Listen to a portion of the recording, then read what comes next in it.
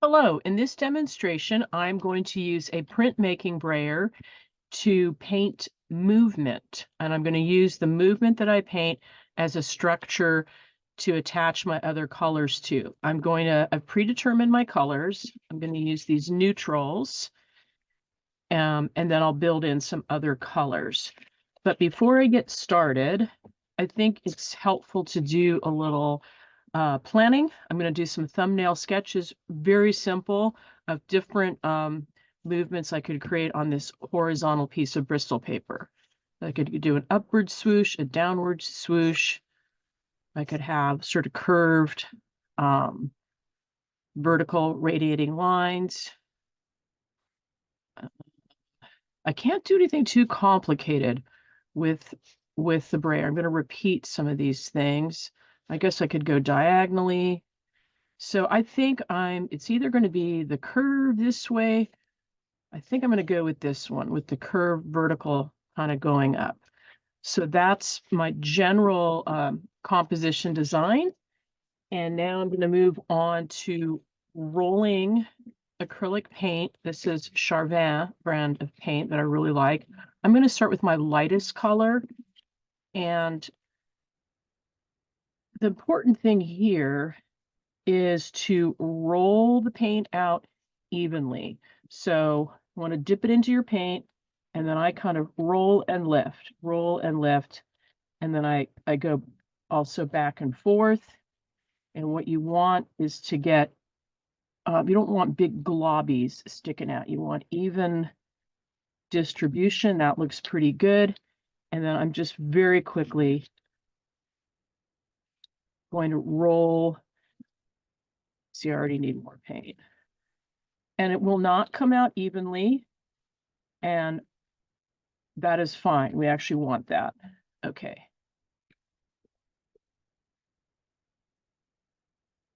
You want to connect the color and the movement to an emotion you're feeling.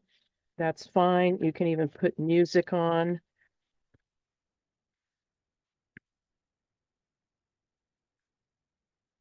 So this is just, say I got little blobby blobs.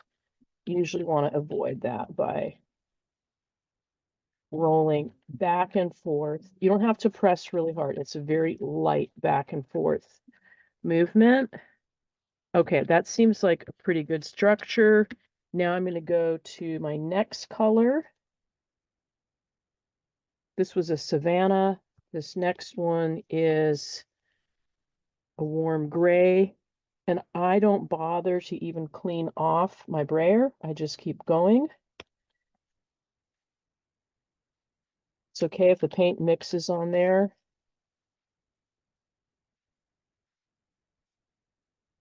And then usually what happens is I make smaller curved shapes. So I'm using that original movement as my compositional structure, and then I hang, so to speak, these next color shapes on top. Looks like it's going to be denser at the bottom, almost like it's a plant. Okay, now I'm going to go on to this fallow color, almost like a yellow ochre. That's two globby globs. So I'm going to bring some down here, roll it out. I can do smaller rolls. They don't all have to be the same length.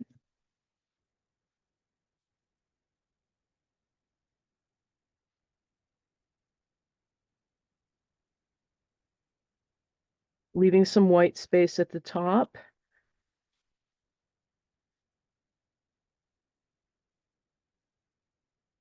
Okay, now I'm going to bring in, that's all very neutral. So I think I'm going to bring in maybe some blue, a little bit of red. It's going to go orange, but I might pick something else. Okay, so I'm going to do the blue. And then the red will be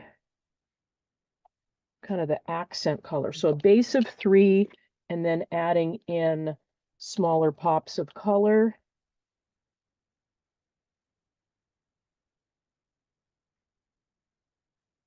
this so you can see me rolling. So another thing that's nice, besides rolling, I can also take my brayer and just tap it down directly to get these smaller, thinner lines.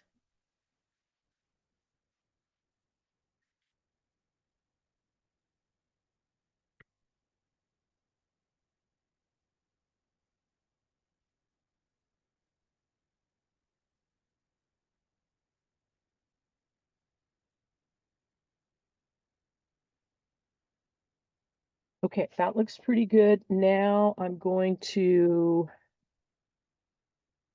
see, I guess I'll try a little bit of this orange.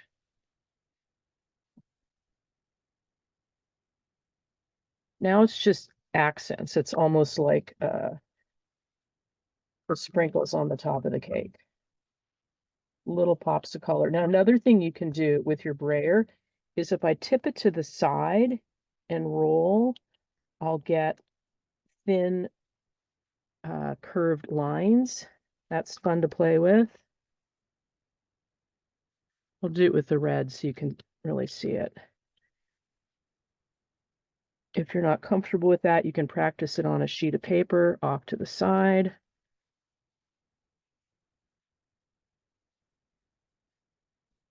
Okay, I'm going to do that with red now.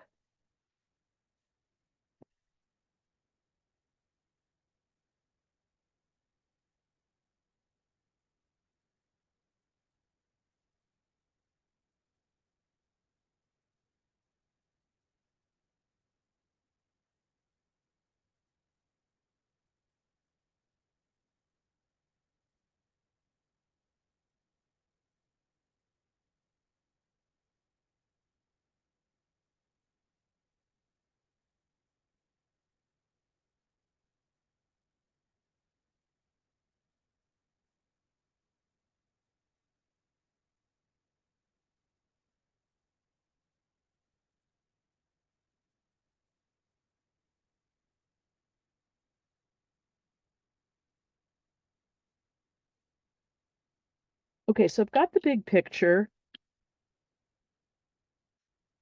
but this is where, I started with threes and then I brought in three more colors, but then there's something else that I feel is missing. Another blue, or I think I'm going to go with this light phthalo green. And this is where I might actually come in with a paintbrush. Or maybe I'm going to use this silicone paintbrush and put thicker, thicker globs of impasto paint. So that makes a nice contrast to everything was kind of subdued. Needed something else. And then when paint is thick like this, I can do sgraffito or scratching in. I'm going to use my chopstick here. And scratch to get to the lower layers. Going in the direction of some of the movement I've got going on there.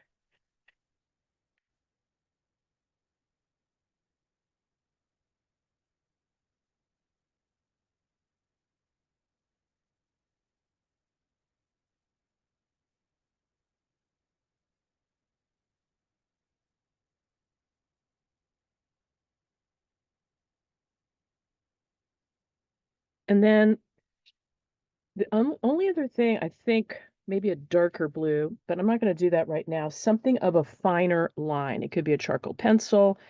It could be a regular pencil. I'm just going to add some finer marks for interest. I could have put these on when I first started and they would show through the paint. I'd probably pick something darker charcoal pencil, but this is what I have. So I can add in finer marks. So this is a good foundation that I can build more colors. If you're in my mixed media class, then you could add in some collage papers. I happen to have these that I stamped with with circles. So I think I'm going to just try put some of those in there. So it's still very much playing.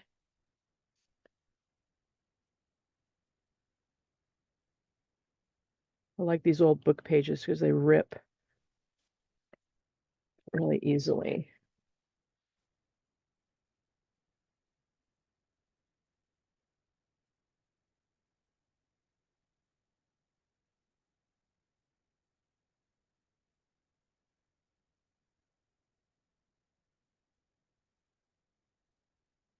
And with the collage, I just move it around till I find a place that feels about right that it wants to land on. Okay. You can glue this down with Mod Podge, or I'm going to use this regular matte gel.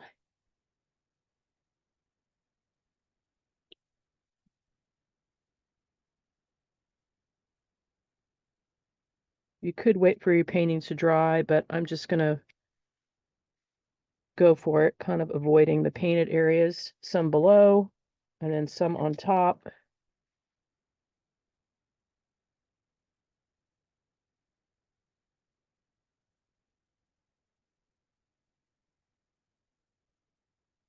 Sort of connecting the shape with the shapes of paint there.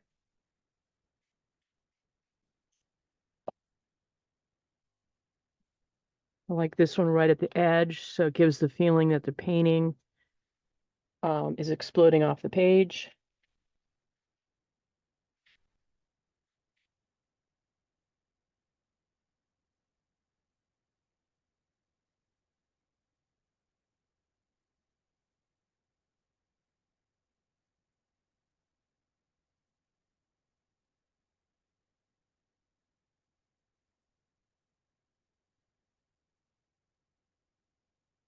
I always have things lined up and then I change my mind.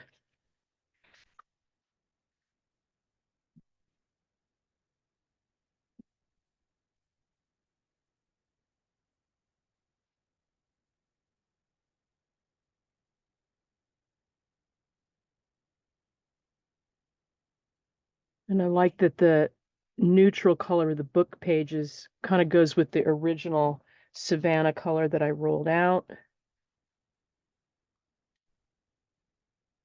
Okay, so I think you get the idea, and then I can still do more painting on top of this. I could come back with my brayer and roll over some of the edges of my collage paper to integrate it better. When the blue paint is dry, if I dry brush, drag over these scratch marks, I'm going to pick up, I'm going to get two colors going on, and you'll see that where I carved in with the sgraffito. But I think for now, you get the idea, and I'm going to stop painting with the brayer.